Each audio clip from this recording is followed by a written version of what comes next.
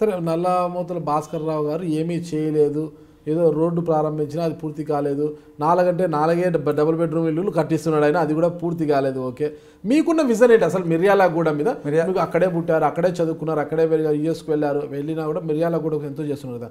మిర్యాలగూడని ఈ విధంగా చూడాలి, మిర్యాలగూడ అంటే ఈ విధంగా ఉండాలి అనే విజన్ ఏముంది మీలో?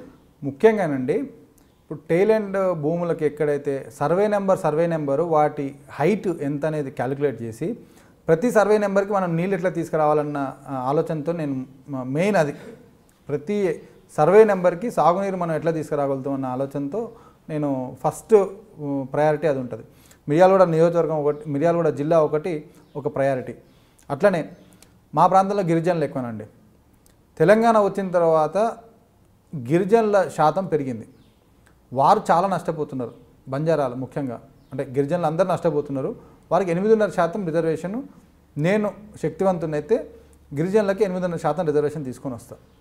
అది ఓవరాల్ జాబ్స్ పరంగా మిర్యాలగూడ ప్రాంతంలో ప్రతి సాగునీరు ఒకటి, జిల్లా ఒకటి, తర్వాత గిరిజనులకు 8.5% రిజర్వేషన్. ఇవన్నీ కాకుండా స్కూల్స్ అన్నీ బాగు చేసుకుంటాం.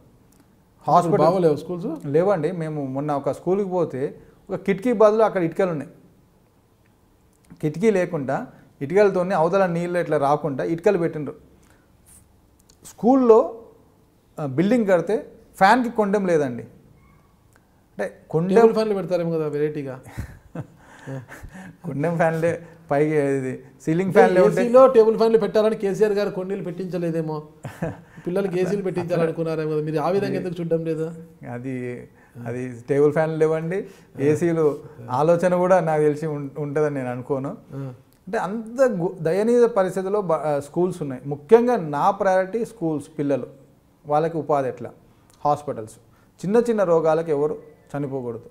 తర్వాత రోడ్స్ ఎక్కడెక్కడైతే బాగలేవో అవన్నీ మంచి చేసే ప్రయత్నం, ప్లస్ సాగునీరు. ప్రతి సర్వే నెంబరు వాటి హైట్ తెలుసుకొని ఎట్లా మనం నీళ్ళు తీసుకొని వచ్చే ప్రయత్నం అనేది చేస్తా అనేది అదొక ప్రయారిటీగా ఉంటుంది. సాగునీరు అంటున్నారు కదా, మీకన్నా ముందే కేసీఆర్ గారు ఆలోచించినటువంటి నాగార్జున సాగర్ను ఎత్తు పెంచి 20 మీటర్లు 20 అడుగులు ఎత్తు పెంచి ఎక్కువ సాగునీరు సాగర్ నుంచి మీకు మిర్యాలగూడ తీసుకురావాలని ఆలోచిస్తున్నారట కదా. అది 20 అడుగులు ఎత్తు కాదండి. కేసీఆర్ గారు నల్గొండ జిల్లాకు వచ్చి ఏమంటారంటే నాగార్జున సాగర్ డ్యామ్ని ఒక 20 కిలోమీటర్ల పైన కనుక కడితే నల్గొండ జిల్లా అంతా సస్యశ్యామలమైందని కేసీఆర్ గారు చెప్పిండ్రు. Srisailam project full reservoir level 885 feet, Nagarjuna Sagar 590 feet. 20 kilometre దానికి దీనికి ఒక 100 కిలోమీటర్ల డిస్టెన్స్ ఉంటుంది. 20 కిలోమీటర్ల పైన కడితే 650 ఫీట్ హైట్లో నాగార్జున సాగర్ ప్రాజెక్ట్ అయ్యేది.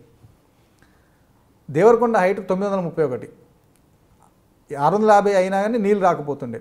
నాగార్జున సాగర్ నల్లగొండ 1340, నీళ్ళు రాకపోతుండే. మునుగోడు 797, నీళ్ళు రాకపోతుండే.